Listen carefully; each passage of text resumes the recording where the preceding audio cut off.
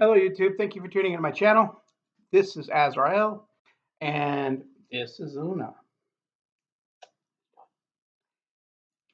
Um, in this video, I'm going to be talking about chakras, not about cleansing them, not about opening them or aligning them, whatever you want to use. This is a reply to a question I received. I'm going to name the person privately because I don't know if they want their YouTube name out there. Okay, so here we go. The question was, are chakras real? My answer is, it doesn't matter if they are or not. Okay, let me explain. I have friends that don't believe in chakras. You know what? That's okay. They are actually justified in saying, hey, chakras don't exist. I don't believe them. They don't make sense to me. Usually, the main form of logic that they use is, for example, European witchcraft never acknowledged chakras for a long, long time. They never used chakras. They never used chakras. They were able to live full lives and cast spells and do all kinds of cool things, and they didn't believe in chakras. So, my friends who do not believe in chakras, your friends who don't believe in chakras, are 100% valid in how they feel. They are. I'm sorry. But it also works the other way around in this case. I have friends who believe in chakras. My wife believes in chakras. As a matter of fact, she balances chakras. She knows more about chakras than I do. Matter of fact, this tapestry, which you get only a little glimpse of, that's a chakra tapestry. That's my wife's. She balances chakras. Now, first thing I want to notice, if you could see it, red, orange, yellow, green, and blue. First of all, they're the colors of the rainbow. And in between each primary color, you get they mix, and that's where you get the second color. So you mix orange and I'm sorry, you mix red and yellow together, you get what? You get orange. So you see how that works? You mix yellow and blue together, you get green. These are actually the colors of the rainbow. So white light, the sunlight that comes into our atmosphere, gets broken down into a rainbow, gets broken down. Blue, then you have indigo, violet, and whatnot. Okay, starts breaking down. Now, if chakras don't exist, that means the religions in the East, Far East, have been wrong for thousands of years. Does this seem logical too? Just because another culture did not acknowledge them? Yes and no. The Chinese invented gunpowder, but it was the Europeans that perfected the gun. Okay, just because another culture is onto something does not mean another culture is aware of it. Now, my answer to you is that it really does not matter if chakras are real or not. You still can benefit from them. Here's why. Okay, so chakras are considered energy points that go up and down the spine, up to 32 vertebrae to the back of the skull, which connects to the back of the brain, which just so happens to be connected where the pineal gland is, or pineal gland, I'm saying. Oh. Okay, so here we go. Why it doesn't matter. Let's say they don't exist. Okay, the reason why the concept follows is that your body produces energy. It's constantly giving off energy. It's digesting food, burning calories, giving off energy. The things that make up your body, now this sounds like splitting hairs. The correct way to say it is potential energy, not energy, even though that's an oversimplification. But it's true. It is. Your body is energy, but the more scientific way to say it is potential energy. You're in a physical state.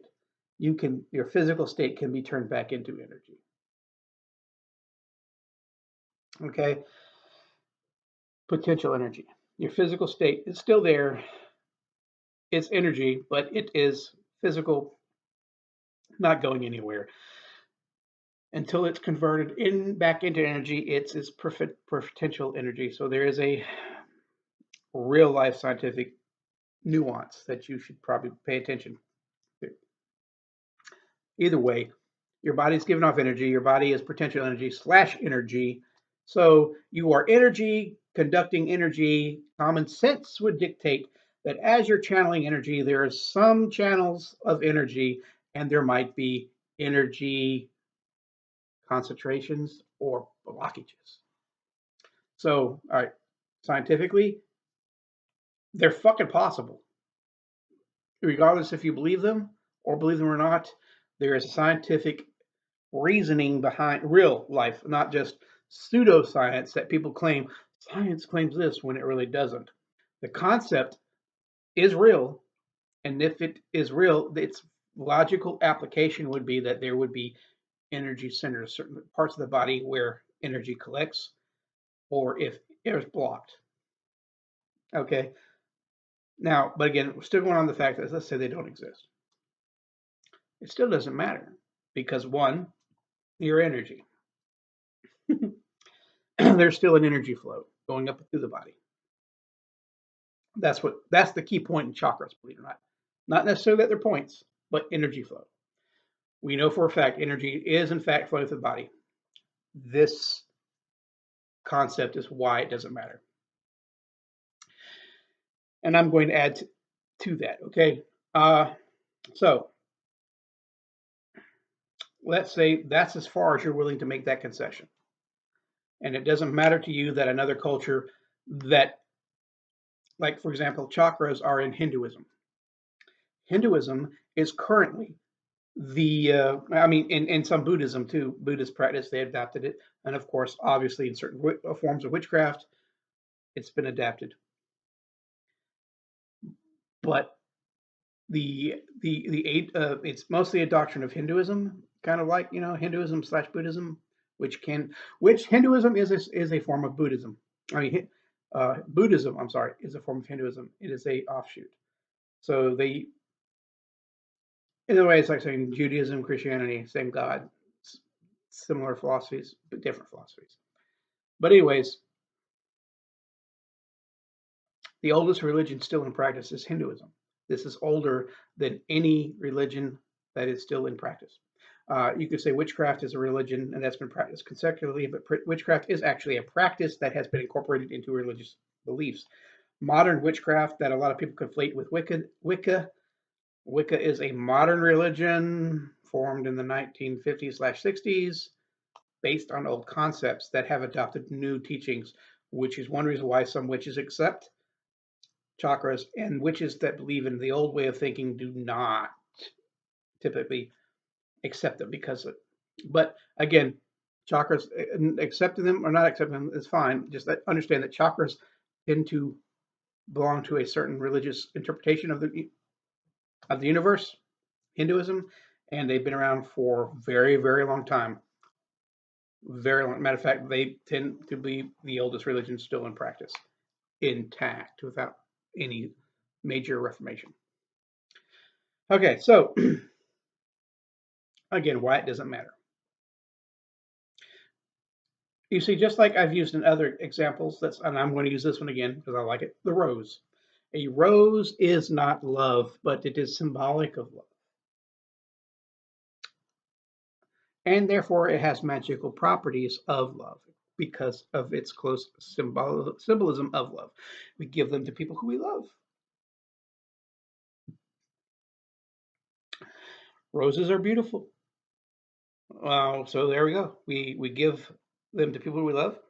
They're beautiful. They have thorns, which helps protect them against um, unwanted intruders sometimes. So the thorns, the beauty, the protection, the connection with love. Roses can be used in protection magic, love magic, beauty magic, because roses untouched are naturally uh, beautiful regardless. Innocence. All right, there's a lot of things that our conscious mind associates with the rose, and because that becomes symbolic of something we want, it becomes a tool of attracting what we want. Okay,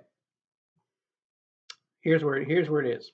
Let's say chakras continued, they do not exist.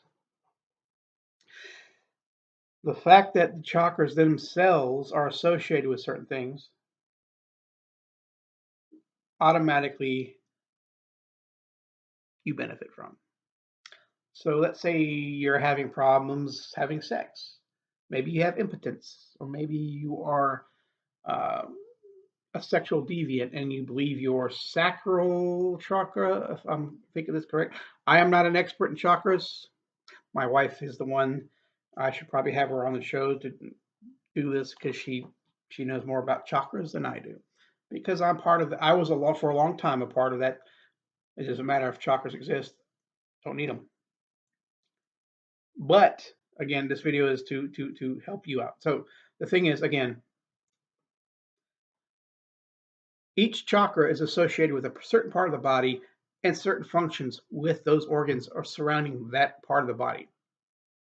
So even if chakras do not exist, the reason why you still benefit from them is because energy is thought that directs energy. So you have a thinking process, which is energy, that is directing energy to these parts of the bodies. When you focus a certain part on a body, on like a hand or something, you're sending energy to that part of the body. So if the chakras are real or not, it does not matter. The fact that you believe, blah, blah, blah, blah, the fact that you believe, the fact that you believe that sending energy to a certain part of your body will in fact benefit your organs in that part of the body. Blah, blah, blah, blah, blah, blah, blah, blah. So take in consideration that if they don't exist, if you're believing that your sacral chakra is causing problems, meditating on that sacral chakra sends energy to heal that part of the body which may have a problem.